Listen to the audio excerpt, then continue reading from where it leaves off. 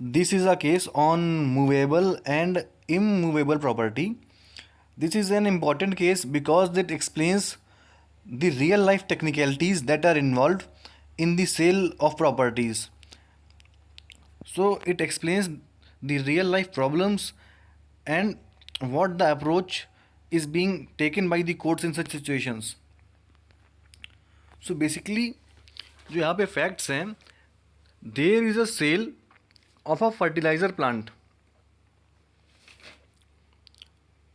in and in this sale of fertilizer plant, this sale involves the entire land as well as the entire machinery and the entire setup of that fertilizer plant. So when sale happens, the buyer has to pay the stamp duty, and the stamp duty is paid as per the value of entire transaction. So what will constitute the transactional value will depend what the property is involving and including within itself. So in this case it involves the entire area of the land as well as the machinery and the setup of that fertilizer plant. So the issue that was raised, whether the plant and the machinery transferred by the vendor were immovable property and whether subsequently stamp duty will be paid accordingly. So in this case, the contention of the buyers is that they are only liable to pay stamp duty on the area of the land that they are purchasing. So the value of the transaction will be less and they will be paying less stamp duty. Basically in simple words, यहाँ पर जो buyer है उसका contention ये है कि वो सिर्फ जो ज़मीन का एरिया है उसको परचेज कर रहे हैं, सो अकॉर्डिंगली वो स्टैम्प ड्यूटी भी कम पे करेंगे, क्योंकि जो यहाँ पर फर्टिलाइज़र प्लांट है और जो मशीनरी है वो मूवेबल प्रॉपर्टी है, उसको इमूवेबल प्रॉपर्टी कंसीडर नहीं करना चाहिए और इन टोटलिटी जो स्टैम्प ड्यूटी है वो इम्पोज बायर पे नहीं करनी चाहिए. सो यहाँ पे जो इशू है कि ये जो सेल ऑफ फर्टिलाइज़र प्लांट है इसमें जो sale of land area plus machinery and the entire setup उस पर जो स्टैम्प ड्यूटी है वो किस अकॉर्डेंस में पे करी जाएगी.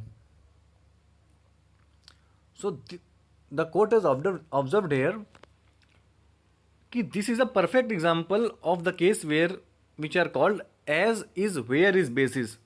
So in these cases, the property in its form in totality and in its ground reality is transferred without any change, without any amendment. So here this fertilizer plant is being sold without any changes. Entire plant with entire machineries, the land area is being sold. So the court has relied on a very landmark judgment, that is Reynolds versus Ashby and Sons. And in this case it was observed कि जो machinery है whether it will be movable or immovable will depend on the factors, and उस case के क्या facts और circumstances हैं. तो यहाँ पर जो ये सेल ऑफ फर्टिलाइज़र प्लांट है it was considered to be immovable because जो इंटेंशन था यहाँ पर बायर का, the buyer was purchasing the entire fertiliser plant और जो सेलर था उसने भी ये जो प्लांट सेटअप किया था और जो मशीनरी इंस्टॉल करी थी वो परमानेंट बेनिफिशियल यूज़ के लिए इंस्टॉल करी थी, ना कि टेम्परेरी यूज़ के लिए. So in this condition when there is transfer of the entire land area with the entire machinery and the machinery was to be used to be employed for the permanent beneficial use, it was regarded कि it will constitute collectively an immovable property. Hence,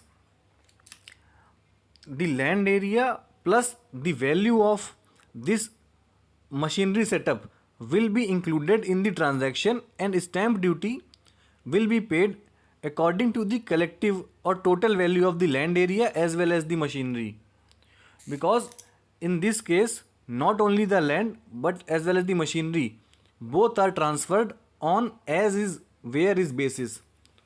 So there is a collectively and consolidated transfer of the entire property. So it was regarded collectively to be immovable property.